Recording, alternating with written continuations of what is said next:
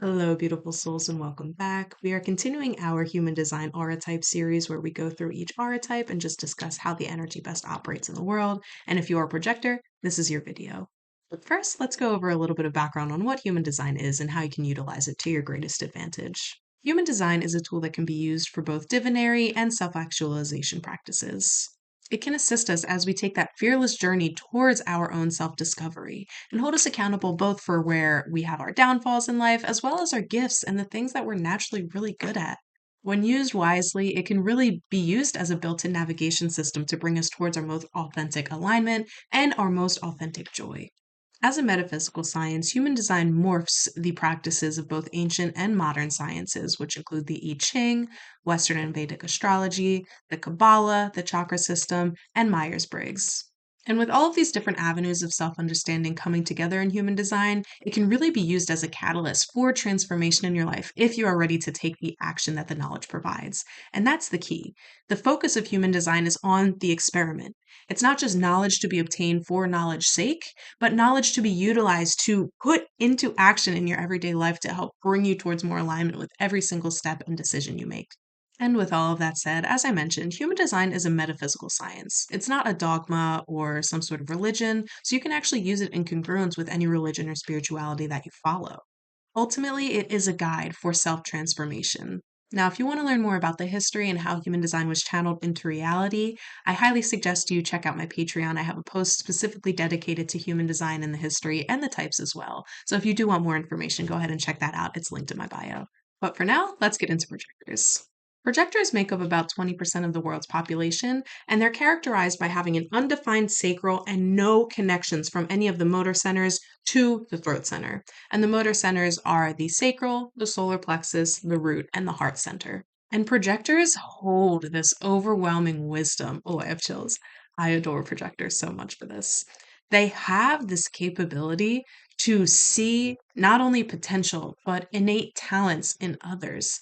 If they are connected and aligned to their purpose, they can really bring people to the forefront that can change the world. They have a knack for seeing both the big picture of a situation as well as the tiniest little details. So, their diligence combined with their ability to see everything that's going on can make them great project leaders and other people that can push things to fruition. So, they're the most efficient and most well thought out they can be. They have this really natural depth to them that lets them understand themselves at a level that many other people might not even be able to dip their toes in. And this depth within themselves helps them see the depth and the talent and the potential in others as well. And with that, one of the gifts that projectors holds is the ability to scope out talents within others that they might not see themselves. Talents that, if those people were able to harness it, could actually change the world around us, which was what makes projectors so important. They are able to bring to the awareness this natural gift of others. They are the catalyst that can help bring transformation and evolution to the world just through their own simple act of awareness. The advice that projectors can give others is truly life changing. I'd even go as far as saying it's groundbreaking. But with that said, nobody wants anything unsolicited. So that's why it's important projectors follow their strategy, which is wait to be invited. So, as natural observers of what goes on around them, projectors have a very penetrating aura, like an arrow piercing through somebody else. And when it's welcomed, that arrow can penetrate to the depths of somebody else that helps awaken anything they need to awaken within themselves to promote forward movement. But when their wisdom and their brilliance is not sought after and they try to give that advice unsolicited, it will ultimately fall on deaf ears and cause those people to push them out. And that's part of the reason that invitation is so important for projectors to obtain, because unlike generators or manifesting generators, they operate from a lowered energy storage. So if they're putting their energy and advice into somebody that ultimately has no desire to change their ways, they are just depleting themselves and can make them feel like their wisdom is not as powerful or as strong as it actually is. And then they get into issues with self worth. Versus if a projector stores their energy and waits for that invitation for their genius to be expressed in an area where it's actually desired and sought after, people will recognize their brilliance and it like help them level themselves to a place where they're in that leadership role, where their advice is not only sought after, it's listened to and it's acted on from the people that are getting it. As a projector, you're not here to continuously throw stuff at the wall and wait for it to stick. Your gift is igniting change in others that are ready to take that next step. And this gift should be treated with care and responsibility. You should only be giving out that wisdom and advice when you are recognized and celebrated and honored for it.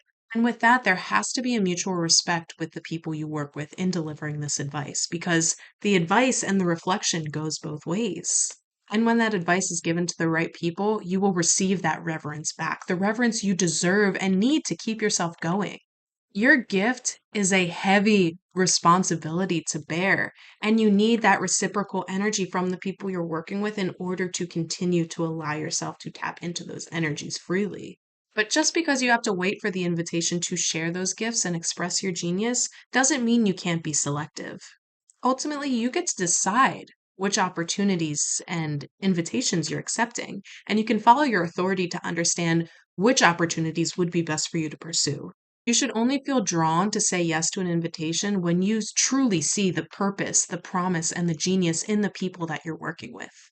As a projector, you have the opportunity to only say yes to who aligns with you. You get to choose ultimately who you're aligning with. So don't feel you need to say yes to everything just because the invitation was given. You are a genius in your own right. So you should be treating your genius with that same reverence that you're expecting to get from others. Don't just throw it out because somebody invites you in. Really do your own due diligence to make sure that is a connection that you can both grow with. Because ultimately, if you're saying yes to something that you can feel in your heart doesn't really align with you, and then you end up getting a relationship that's not reciprocal and not met with genuine reverence from the other, you can start to feel you're not self-theme, which is the theme you feel when you're out of alignment, and for projectors, it's bitterness. Again, when projectors try to give that advice unsolicited or project their genius onto people who aren't ready to receive it, they may be overlooked or ignored or ultimately just pushed out of the environment that they fought so hard to get into in the first place. And because projectors know the depth of their own being, the depth of their own genius, and the ability to pinpoint and bring out the depth of genius in others, the fact that they get overlooked for their own genius can cause them, again, a sense of bitterness, just deep, deep bitterness, which eventually, if they stay in that environment, will lead to a sense of a lack of self worth. And of course, these feelings of bitterness can eventually lead to anger or frustration or any other negative feelings. But bitterness is that first identifier that where you are putting your genius is not meant to be there. And it would be best as soon as bitterness comes up to take yourself out of that environment and regroup your energy and start to wait for that next invitation. And that's why, again, you have the opportunity to be selective. If you are not feeling that instant authority guidance the second that invitation comes in, do not accept it because it can eventually lead to you being overlooked, which lead to that bitterness. Bitterness can also come in when projectors are either forcing themselves to work or being forced to work by others in a way that's not in alignment with them. Like I mentioned earlier, unlike generators, projectors have a limited storage of energy to put towards work, and doing any work, even if it's work they're passionate about, drains their energy storage. So, if projectors aren't in an environment or working in a way that allows them the rest they need to recharge and come back once they have that recharge, they're going to feel drained and burnt out and especially bitter for the work that they're doing. It is so important for a projector to prioritize rest in anything they do. And we call this in human design the projector nap because projectors are the ones that midday they will need to just go away from everything, maybe take even a 30-minute nap just to recharge themselves to come back and bring that genius back to where they belong. It is so important that no matter what you're doing, you should be in a working environment that allows you that opportunity for rest when your body's natural rhythm is telling you you need to take a break. The more you follow that desire for rest and that need for your body to just take a load off, the more you're going to be in alignment and the more you can spread your genius even further where it needs to go. And again, when you start listening to your body and only accepting invitations that feel aligned and getting the rest you need and being heard for your genius, you're going to be back in alignment. And that feeling, that signature theme when you're in alignment is success for projectors. And success can feel very proud. You feel that you are being reciprocated for the energy that you're giving. You feel recognized for your genius and your ability to lead others. And ultimately, you feel that the work you're putting into the world is important and is having the impact you hope. And so when you're in alignment and you're feeling that reverence and that respect, you can feel successful. And that success comes with a wave of positive emotions inside of you as well, where you just feel like you are where you need to be exactly when you need to be there. And the best way to do this is not overextending yourself, not saying yes to invitations that don't align to you, not forcing your genius onto those who are not ready to accept it.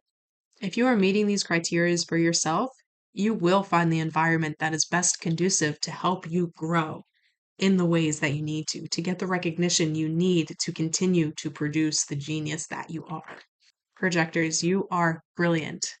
You are, there are no true words to express the depth of your being. So the more you can tap into that depth, the more you'll be doing for yourself, the more you'll be doing for others that you are able to truly see, and the more you are able to do for the world around you.